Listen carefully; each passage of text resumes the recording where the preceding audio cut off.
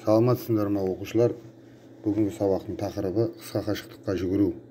Сабақтың мақсаты қысқа қашықтыққа жүгіруді үйрету арқылы оқушылардың денсаулығын нығайту, жылдамдық, ептілік, икемділік, шыдамдылық, дене сапалық қасиеттерін, жылдамдық, күш, ептілік дамыту.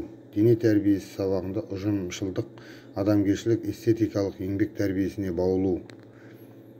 Төменгі сөреден шығу техникасын үйрету. Сөреге деген бұйрық берілгенде сөре сызығына келіп, 1-1,5 қадам санап алып, қолды сөре сызығының үстіне қойып, итеретін аяқты алдыға ұшына қойып, итермейтін аяқтың тізесін итеретін аяқтың табанының орта тұсында тұрады.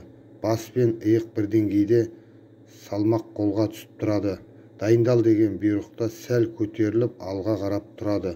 Жүгір деген бұйрықта бар екпінімен аяқты жылдам, қолды алға артқа сермеп 20 метрге максималды қарқын алғанша жиі басып жүгіреді.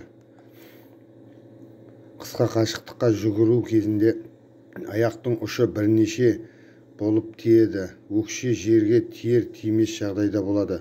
Аяққа бас жағында шегесі бар аяқ киім киіп жүгірген жақсы.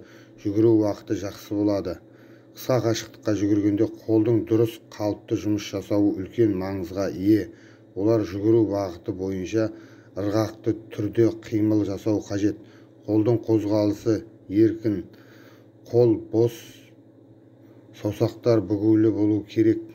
Екпін алу кезінде басты шапшаң көтеруге және денені тіктеп жазуға болмайды. Жүгір командасы бойынша алғашқы қозғалыс қимылға бар күшті салуға тура келеді. Жүгіріс алғашқы қадам жасағаннан кейін емес, тек қана осы қимылдардан соң басталады.